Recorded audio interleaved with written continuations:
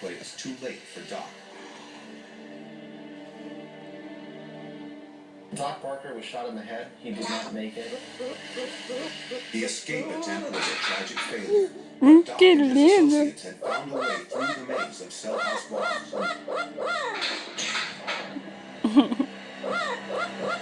Nearly 24 years later, a determined inmate devised another clever way through the bars. He was very ingenious in that he used some very simple tools to effect his escape. John Paul Scott was a convicted armed robber with a troubled history.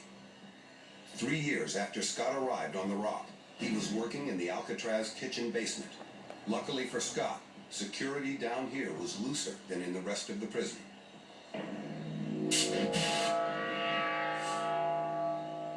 Down in the kitchen basement, they had a certain amount of time to get the work.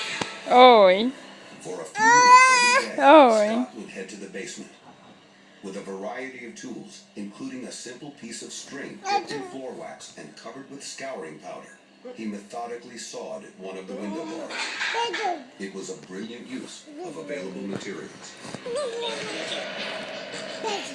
Mamãe tá It took vendo. him more than a year, but he finally cut through the bars. On December 16, 1962, Scott and an accomplice, Darryl Parker, make their way through the window and down to the water. With another simple tool, rubber gloves, the two men make floats and set off from Alcatraz. Parker doesn't get far, but Scott makes it to San Francisco, where he washes up on the shore, nearly frozen to death. The cold got to him so badly that he felt like his legs were paralyzed. Scott was thrown back in prison. A failed attempt to break out of Alcatraz. It was a good escape strategy, but he was perfect by the time he made it to shore. How easy is it to saw through the flat bars? And is a tool-resistant round bar really that tough? Kevin Mills is putting the different types of cell bars to the test.